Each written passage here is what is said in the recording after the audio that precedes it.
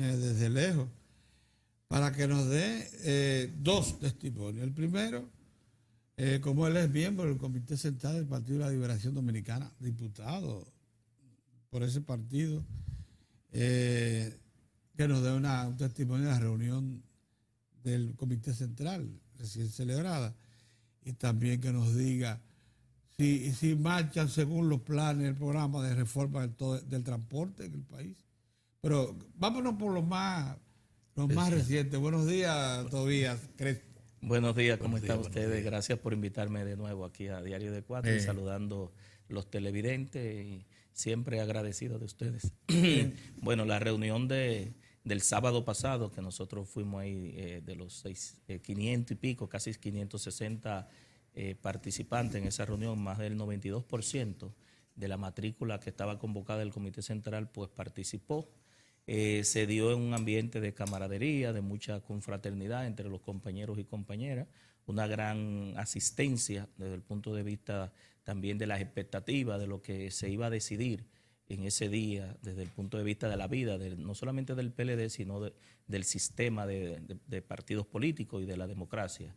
Y favorablemente pues hubo un acuerdo y un pacto que dio definitivamente un resultado de aprobar elecciones primarias, ¿verdad?, con padrón abierto de la Junta Central Electoral, simultáneas, administrada por la Junta Central Electoral, conformar una comisión del Comité Político para adecuar los estatutos del Partido de la Liberación Dominicana, que era una petición que se estaba haciendo de un lado, a la nueva ley de partidos políticos, y finalmente refrendar esa modificación estatutaria que generalmente la hace un Congreso cada 4 años, a través de la convocatoria a una asamblea de dirigentes que en el PLD le llamamos un pleno de dirigentes, que estamos conformados por los presidentes de comité intermedio, municipales, provinciales, de seccionales, y del comité central y del comité político, es decir, alrededor de 2,000 y pico de miembros, que en los últimos años se ha convocado casi siempre, como establece la ley electoral, para legitimar el tema de las candidaturas de cada uno de los partidos. Es decir, la ley electoral le pedía o le exigía a los partidos la convocatoria de ese organismo de dirección. Digo, pero sería bueno también determinar. Hubo un encuentro previo entre Leonel y Danilo antes de ellos entrar. Fue el fruto de una discusión abierta. ¿Y de parte de quién partió la iniciativa de la solución? Bueno, lo que anunció el presidente del partido en ese momento es que la noche anterior hubo un acuerdo. Los medios indican que hubo una reunión entre Radamés Jiménez, miembro del comité político, por un lado, y Reinaldo Pared, con los temas que se consensuaron. El presidente... Y Rubén Bichara. Exacto, y el Rubén Bichara. El presidente del partido anunció eso luego de hablar sobre los argumentos que él siempre había estado esgrimiendo con respecto a la constitucionalidad o no de las primarias abiertas, y luego de esbozar de manera muy breve el análisis no solamente en el país de las sentencias, sino también analizó lo que ocurre en Argentina, en Uruguay y en Chile con el tema de las primarias abiertas, y posterior a eso pues anunció de que se había llegado o se había arribado a ese acuerdo, que de manera mayoritaria, casi unánime, pues fue ratificado por todos los miembros que estábamos presentes en esa reunión. Es decir, que esa reunión no duró más de 10 minutos, 10 o 15 minutos. Duramos más tiempo para conformar e iniciar, y en un ambiente donde había mucho calor porque estaba verdaderamente muy, muy masiva. Es decir, que los resultados fueron favorables, salió fortalecido el Partido de la Liberación Dominicana, salió también fortalecido el cumplimiento de sus estatutos y sus métodos de trabajo, y sobre todo de que en las expectativas que había en ciertos círculos de que iba a haber una división dentro del partido, pues finalmente y favorablemente no se dio. Es decir, que nosotros ahora lo que hay es que trabajar para salir a las calles, ¿verdad? Porque una vez aprobado el voto ya con el padrón abierto de la Junta Central Electoral, yo creo que eso fomenta y favorece una serie de liderazgos que, si hacen un buen trabajo, definen una buena estrategia, pueden alzarse con los puestos públicos. el año 2020 van a haber 4.103 posiciones, creo que son de posición electiva, lo que va a acarrear más de 300.000 aspirantes. Es decir, calcule esas 4.000 y pico de posiciones. La Junta ha proyectado y estimado que aspirarán cerca de 300.000 por el histórico que ha sido en los diferentes partidos. La aprobación del Comité Central está una agenda, o sea, lo primero se acoge la modalidad de primarias abiertas, pero ahí al mismo tiempo aprueba que se conforme una comisión para la adecuación de los estatutos. Esto, ¿cómo con relación al tiempo, cómo ustedes lo ven? No, porque la Junta, precisamente esta semana anterior, pasada, la Junta dio una resolución ampliando un mes más el plazo que vencía ahora, el 6 de noviembre, y era para darle tiempo, porque creo que en el día de ayer también el PRM tenía una convocatoria a su organismo de máxima dirección. Creo que ellos se van, hicieron un acuerdo y se van por padrón cerrado, lo que implica que hay tiempo para que se adecúe esos estatutos, porque son solamente los estatutos que tienen que ver con el método de elección. Ya lo demás se dejará al 9º Congreso. Y entonces la convocatoria a ese pleno, no cabemos ahí en ese salón, porque somos 2.000 y pico. Casi siempre se ha hecho en el Palacio de los Deportes o en el cosa de voleibol aquí, de pabellón de voleibol, en el Centro Olímpico. Y generalmente es un tema más plebiscitario, es decir sí o no. Ahí casi nunca se discute temas, porque ya lo que va es a ratificar una decisión que fue un mandato del comité político ordenado a esa comisión para adecuar esos estatutos. Es decir, que ahí yo creo que hay tiempo. Lo que sí debe esa comisión, pues, trabajar de manera lo más rápido posible, porque es más una adecuación. Porque los estatutos decían que las elecciones se hacían con el padrón del partido. Muy bien, que ahora va a servir únicamente para los procesos de elección de las autoridades del PLD, ¿sí? Las autoridades provinciales, municipales, de circunscripción, de intermedio, y también de secretario general y presidente del partido, y las demás secretarías del partido. Bueno, además de esos 2 puntos de la agenda que hablaba Tineo para el asunto de los estatutos, lo que queda pendiente es el otro temita, que es el de la reelección. Sí, un temita. Sí, pero ese se supone que ustedes van a esperar a marzo, cuando el presidente decida, porque no se puede hablar de reelección si la persona no ha dicho lo que hay. Ahora, cuando la persona diga lo que hay, si va o no va, si lo va a intentar, ya a partir de ahí es otra cosa. Bueno, ya eso es un escenario que sale del partido y entra en el escenario del Congreso, pero casi siempre el partido estos temas los discute previo, es decir, el PLD antes del de marzo, antes de que él diga. Bueno, eso fue lo que indicó el mismo presidente cuando le indicaron en la entrevista.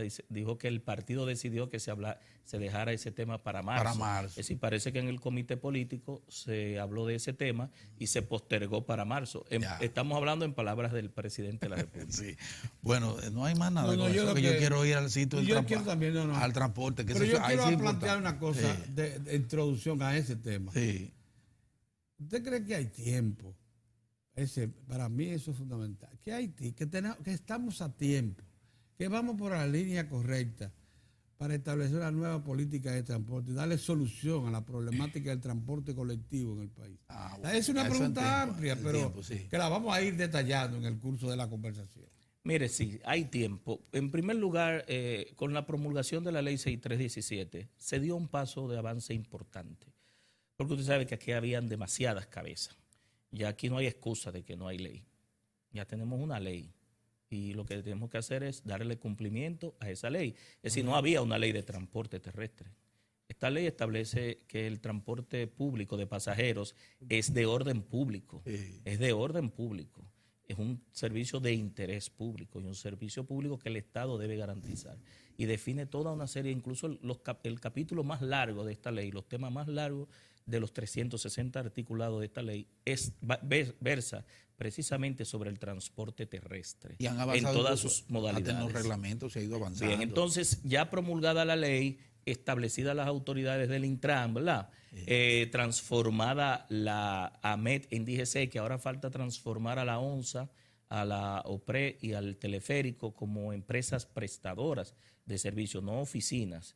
No estoy hablando de la parte de construcción. Pasan a ser empresas. Sí, la ley establece que el presidente de la República con un decreto establecerá la conformación de estas oficinas que operan un servicio de transporte público, porque no son oficinas, son operadores del Estado y deben ser empresas del Estado que brinden un servicio con eficiencia, con eficacia y pensando en el ciudadano de a pie, en el dominicano que se transporta. Y ya por ahí le van abriendo espacio a la posibilidad de incorporación del sector privado, ¿verdad? Sí, porque es que el Estado, el gobierno no tiene los recursos, el Estado no tiene los recursos por eso digo, presupuestarios para, por ejemplo, construir todos los sistemas troncales de metro, de buses articulados, de transporte masivo, porque la apuesta es al transporte masivo y colectivo.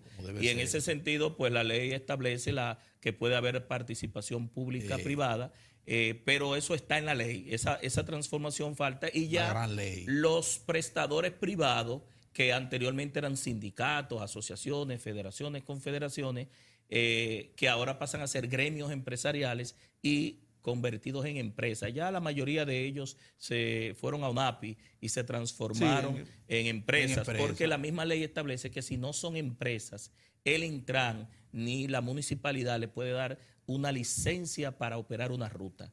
Y basado en eso, entonces perderían la capacidad para poder operar las rutas que hoy explotan. Y el Intran y la municipalidad pues regulan la calidad del servicio y hay sanciones administrativas para el servicio de transporte público, que anteriormente tampoco había sanciones. Es decir, esta ley desprende, aparte del régimen penal y civil, y la parte laboral, que muchos de los conflictos entre los choferes y los dueños de guagua se dirimían en los tribunales laborales, porque los choferes, ¿verdad?, que son los más sacrificados, se levantan muy temprano, entendían que en un tribunal laboral le iba mejor con respecto a su patrón que en otro tribunal, muy mal. Porque eso también lo dice el Código Laboral, que siempre el juez va a favorecer cuando haya una falta de interpretación al empleado en una decisión. Pero aquí se desprende a partir de incluso de 5 años un nuevo régimen administrativo con respecto a las sanciones. Primero, con el Intran y las alcaldías, si la ruta se origina y termina en el mismo destino, es decir, en la municipalidad, y no es interurbana o no cruza varios municipios, pues es competencia de la alcaldía, como lo hace Santiago y lo han hecho otras alcaldías. Y en ese sentido, en 5 años, todas las rutas vencen, ¿verdad? 3 meses antes, previo, se solicita a cada uno de estos, de los dos entes, y dependiendo del cumplimiento contractuales, porque cada licencia de operación tiene un contrato, como lo tenían anteriormente con la ME en el Gran Santo Domingo y con la OTTTT, que ya desapareció, gracias a Dios, en la parte nacional, interurbana e intermunicipal. Esos contratos existían, se mantuvieron por un tiempo para que el servicio se siguiera dando y no se interrumpiera con la entrada de esta ley el servicio, pero sí va a haber una redefinición de muchos elementos, porque incluso la misma ley manda y ordena a construir, y por eso estamos en las discusiones de las terminales de pasajeros, las terminales de pasajeros y carga en las periferias, para que, por ejemplo, en las grandes metrópolis, en las grandes urbes, el tráfico del interior no tenga por qué impactar a nivel de pasajero y de carga el tráfico local, redundando en muchos beneficios. Es decir, que desde el punto de vista del cumplimiento de esta ley hay tiempo, Pedro. Y no solamente es que hay tiempo, es que tampoco podemos pensar que la irresponsabilidad de 30 años de todos los gobiernos, nosotros podamos resolverla a la distancia de un clic, o de que una ley de por sí en un año y pico todavía, donde uno de los problemas, o más los problemas no, de los desafíos y retos que nosotros los legisladores tuvimos cuando discutimos en el Congreso era la transicionalidad de esta ley, es decir, eliminar la OTTT, la DGTT, el FONDE, el CAR, la Caja de Jubilación y Pensiones, transformar a la ME en una policía especializada que debe tender hacia eso, y entonces transformar todo el sistema de transporte que era informal, informar a la formalidad, y entonces establecer incluso hasta la definición de las tarifas. Hasta el año pasado en República Dominicana no había una ley que dijera quién define las tarifas. Ya no, ya aquí hay una ley que dice que es el Intran el que define las tarifas de transporte público de pasajeros bajo una ecuación técnica, donde estén insertadas las variables que inciden en el costo del transporte, como son los repuestos, las piezas, el combustible, el precio del combustible, que cuando se dispara altera el valor de la ecuación, y sobre todo unos costos operativos que generalmente el transportista tiene y una rentabilidad mínima aceptable. La ley establece incluso que si en algún momento no le resulta aceptable una rentabilidad a un prestador privado, ¿verdad? El Poder Ejecutivo da un subsidio, pero al ciudadano de a pie, es decir, a la demanda, no a la oferta. Es decir, a los estudiantes, a los envejecientes, a los discapacitados, porque son a los que el Estado le interesa que se movilicen. Incluso el tema de la tarjeta de pago que anunció el presidente, que lleva amarrado lo que se llama la integración técnica, la integración operativa, la integración administrativa y la integración tarifaria, tiende a bajar el costo de la tarifa del transporte, porque en República Dominicana, en los países de América Latina, el promedio que se desprende un ciudadano de salarios mínimos es de un 6%. Sin embargo, aquí estamos pagando, los dominicanos están pagando 21, 25 y en algunos momentos llega a un 30%. ¿Qué significa eso? Que una persona de salario mínimo, por ejemplo, de 5,000, 6,000 pesos, un conserje o un mensajero que va a una institución pública o privada, paga en promedio 2.400 pesos. Si calculamos 22 pasajes de ida y vuelta, solamente calculándolo a 20 pesos, es decir, calculando que va a coger una onza o el metro. No estamos hablando de que se va a montar en un motoconcho, que a veces el motoconcho por un recorrido muy corto le cobra 50, 100 y hasta 150 pesos. Estamos calculando solamente a 20 pesos, que es la tarifa que se cobra en los sistemas masivos de transporte masivo. Eso representa una proporción muy alta para ese ciudadano. Por eso es que tú ves que cuando aumentan 5 pesos al pasaje y 10 pesos, esa gente lo siente. Usted ve la mayoría de las aceras que la gente hace su trayecto cortos a pie. Crepo, mira, mencionaste un tema que para nosotros es vital, que es el asunto de los espacios para el transporte interurbano. Sí. Las estaciones, las terminales, los puntos escogidos. Pero hay que ir a una pausa. Al regreso yo quiero a ver si tú te has enterado, si tienes información, qué ha pasado con el primer palazo aquí en Santo Domingo Oeste. Ahí en los Alcarrizos. Que la gente de Conatra no quiere que se le construya nada ahí, sino más para allá, y parece que eso ha frenado el inicio de tu trabajo. Pero vamos a ver qué tú nos puedes decir con eso. Vamos a la pausa y volvemos.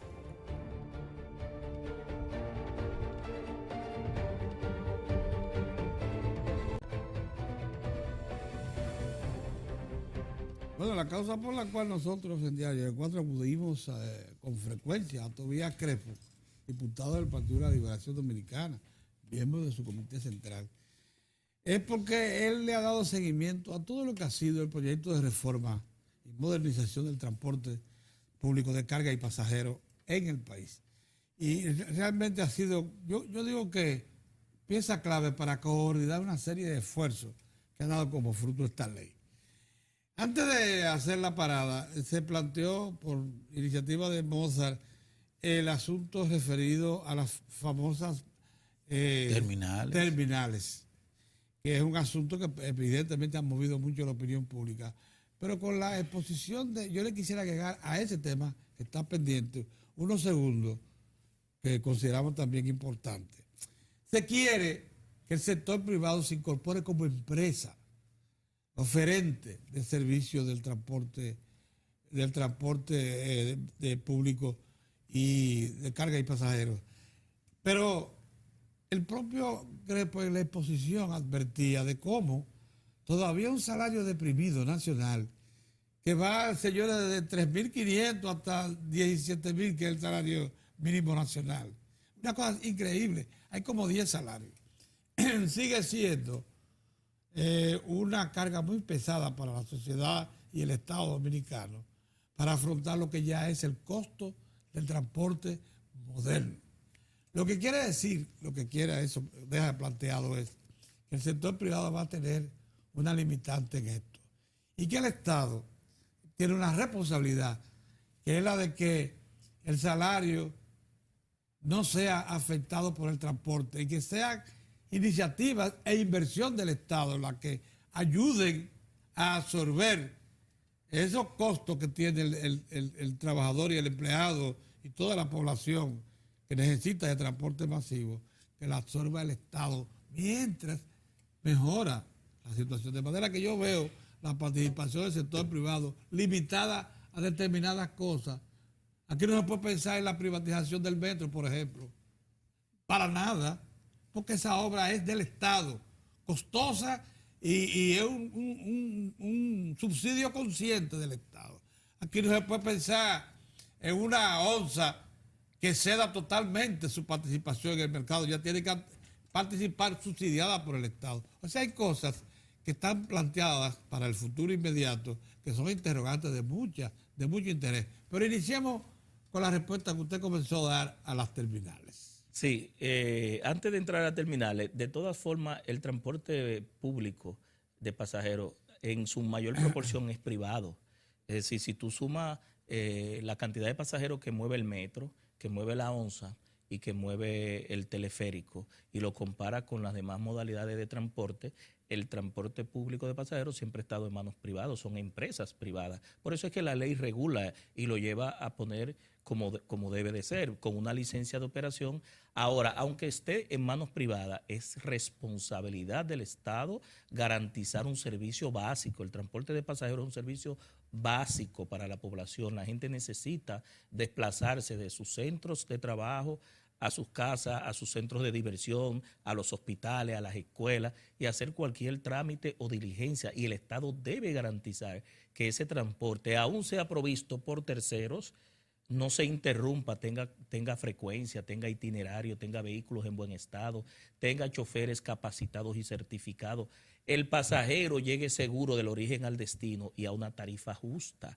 Y por eso es que esta ley establece que no se debe paralizar el transporte público y que hay sanciones, porque el Estado debe garantizar. Eso es en cuanto a la participación del sector privado y la posibilidad que ellos puedan entrar, porque anteriormente, sin un marco jurídico, lo primero que hace un inversionista, sea local o internacional, es ver la seguridad jurídica. Si no hay una ley, ¿cómo yo invierto? Ya hay una ley que garantiza la participación, lo que se llama la alianza pública-privada entre el sector privado y el Estado para dar un servicio público y de interés público. Ahora paso a responder el tema de las terminales. La ley 6317 establece en uno de sus articulados, cuando define las políticas públicas al inicio de ella, lo que es la construcción de terminales de pasajeros y de carga.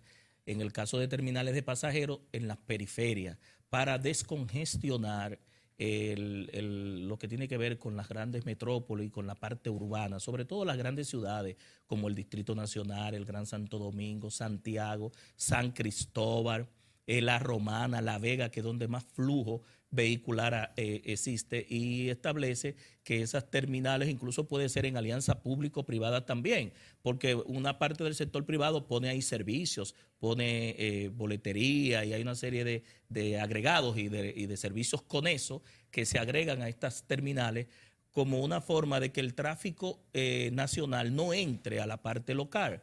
Y aprovechando las circunvalaciones que tienen una gran parte de las provincias para que ese tráfico, por ejemplo, el tráfico que viene del este, no tenga que pasar al Gran Santo Domingo. Si va para el norte, entra a la circunvalación y sigue la autopista Duarte. O si viene del sur por la 6 de noviembre, conecte a la circunvalación y se vaya al nordeste, por ejemplo, del sur. Si tiene que ir a Samaná, no tiene que entrar, por ejemplo, a la Máximo Gómez, como nosotros tenemos la Máximo Gómez llena de camiones, la misma 27, la Kennedy, porque no hay una circunvalación, ¿verdad?, que descongestione el tráfico que viene, por ejemplo, de Jaina Oriental o de Jaina Occidental y que va para las diferentes provincias a movilizar la carga. Y una vez existan esas circunvalaciones, porque están en proceso, que no se le pongan peajes, que penalicen al que pase por la circunvalación, porque es un aporte del Estado para facilitar esa solución. Espérate, yo quiero concretizar. El de las terminales busca descongestionar, ¿verdad? Sí. Y eso lleva a menos consumo de combustible, menor congestionamiento, menos accidentes, probabilidad de accidentes y un tráfico más expedito. Y también lleva a que el Intran, junto con las municipalidades, haga un reordenamiento de las rutas hacia esas terminales. Así es que se maneja el transporte y la movilidad en todos los países, porque nosotros debemos ver el transporte, y esta ley establece un plan estratégico de movilidad y un plan estratégico nacional de seguridad vial, establece la ley, donde veamos el transporte y la movilidad de manera sistémica, de manera integral, de manera holística, no de manera puntual, porque cuando yo intervengo, por ejemplo, un punto, se refleja en los demás. Entonces, el país debe ir avanzando y desarrollándose, y entonces la movilidad va a avanzar. A ver si tú me puedes arrojar luz. Estoy confundido. Ya lo de la terminal sabemos que hay una lista, incluso eso está en el plano de la justicia, a nivel de corte. El asunto de una sentencia, y todo eso. Bueno, perfecto. Pero el presidente dio un primer palazo en Los Alcarrizos para no solo la terminal, sino que ahí se va a iniciar y tiene recursos del presupuesto. Se va a iniciar la construcción del teleférico, la línea 2 del teleférico de Santo Domingo, que irá desde Los Alcarrizos hasta el 9 de la autopista Duarte, impactando a más de 400,000 personas, una cosa realmente impresionante. Pero antes de iniciar eso, que ya es la misma empresa, la que construyó allá, es la misma que va a construir aquí, ahí no hay problema. Pero para la terminal que va ahí mismo, es un asunto de tener una distribución en el mismo espacio, para la terminal se necesita una licitación que debe hacerla, de acuerdo a lo que uno tiene información, el Ministerio de Obras Públicas. Eso no se ha hecho. Y mientras no se inicie eso, no se puede iniciar lo otro. O sí se puede. ¿Qué es lo que van a hacer? ¿Tú tienes alguna información? No, sobre el término de la licitación, nosotros estuvimos escuchando a la directora del Intran hace 2 semanas que estuvo por allá, precisamente no para ese tema, sino para la de Santo Domingo Este, también al alcalde de Santo Domingo Este, al ministro de Obras Públicas, Medio Ambiente ahí ha habido y Deporte. mucho, pero aquí hay silencio. Pero se informó que hubo una licitación y que eso estaba adjudicado. Eso fue lo que se informó, porque incluso ¿Qué estaba adjudicado? Nos dijeron que las informaciones que nos dieron para cada una de las terminales es que hubo una licitación y que se adjudicó, que los permisos que se solicitaron en Medio Ambiente. ¿Santo Domingo Oeste? En la del Este. No, pero yo te pregunto, donde hay un silencio sepulcral. Nosotros ahí no estamos. Es Santo Domingo Oeste, la de los Alcarrizos. En la de los Alcarrizos nosotros no estamos. ¿No hay información? No tenemos información sobre ese tema. En la de Santo Domingo Este sí. Porque cuando Medio Ambiente fue allá, indicó que eso se licitó, que tanto el Ministerio de Obras Públicas como la empresa contratista fueron a solicitar la no gestión para el impacto ambiental. Mi inquietud es por esto, porque Conatra dice que hay un terreno. En el caso particular nuestro, yo no puedo opinar sobre el lugar y el espacio, porque soy un árbitro. Yo presido la Comisión Permanente de Obras Públicas y Comunicación Vial. Y ya uno está apoderado allá de una investigación de Santo Domingo Este. Si llega a la de allá, pues nosotros lo que tenemos es que investigar. Comprendo. Vamos a seguir esperando entonces que sea el ministro de Obras Públicas quizá, o la directora del Intran, la que le informe al país, o la presidencia, qué va a pasar con Santo Domingo Oeste ahí. Porque yo estoy esperando el primer. Pero mira, hay un quiero movimiento de tierra ahí. Los agentes del transporte deben entender que estas terminales deben construirse. Claro. Lo correcto es que el lugar sea determinado por los estudios. No que a mí me dio la gana de ponerlo aquí o de ponerlo allí. Si son los estudios de tráfico, los estudios de movilidad y el plan de urbanismo y de planeamiento y de desarrollo del territorio que te dice hacia dónde que se está moviendo, ¿verdad? El desarrollo de la urbe, del territorio, del terreno, que te indica, y los desarrolladores hacia dónde que se está construyendo, que te indica hacia dónde que la gente se va a mover y desde dónde se va a mover. Entonces son los estudios de movilidad y de tráfico y de reordenamiento de la ruta que te dicen, no el punto exacto, pero el lugar más adecuado. Porque el punto exacto posiblemente que el terreno no sea del Estado o haya que expropiar, pero sí te dice de manera aproximada el lugar más adecuado para poner una terminal de pasajeros. Pero tú eres un técnico calificado. Vamos vamos a manejar los escenarios, que los estudios indiquen que ese no es el mejor punto para la terminal. Pero eso no impide que arranque mi teleférico ahí mismo y poner la terminal en otro sitio. Bueno, porque es que el teleférico es una obra que tiene una conexión con esa terminal, porque ¿Con cuál? al final, con la terminal que se va a construir en la parte norte. No necesariamente. Pero no necesariamente. Mire, no, pero cuando yo el digo teleférico que se inauguró, el primero, no tenía conexión, no reclamó nada. Bueno, no reclamó terminal porque lo conectaron desde Sabana Perdida, ¿verdad? Donde estaba la parte norte, con la terminal, con una terminal del metro.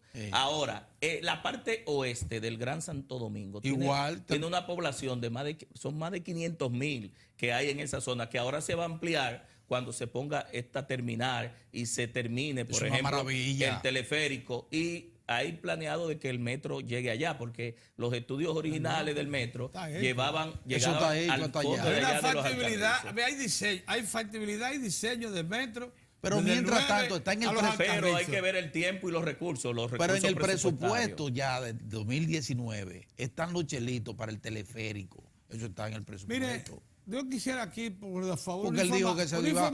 En el 20 lo tenemos funcionando, dijo el presidente. Una información que yo poseo. Pero yo estimo que fue basado en los estudios. Es una información que yo poseo hace tiempo, en contacto con las autoridades de la OPREP. El estudio de factibilidad y diseño de la terminal de los Alcarrizos del metro está hecha. E incluso esos terrenos que están ahí, que fueron adquiridos, 60, 80 mil metros cuadrados, concebían una terminal también de autobuses. Un momentito, todavía no quiero entrar a una terminal regional, una terminal de autobuses, porque está previsto que el tren de carga y pasajeros de Jaina, que va para el Cibao, tenga una parada en los Alcarrizos y permite una interconexión del metro del Gran Santo Domingo con la ruta hacia el interior del país, del tren de carga. Eso es un tren de 250 y con 240 kilómetros por hora, el de carga y pasajeros. Ya eso es otra cosa. Entonces, eso está proyectado así. El OPRE lo tiene planteado así. Incluso había espacio en ese sitio para una terminal de buses. No necesariamente regional, una terminal de buses.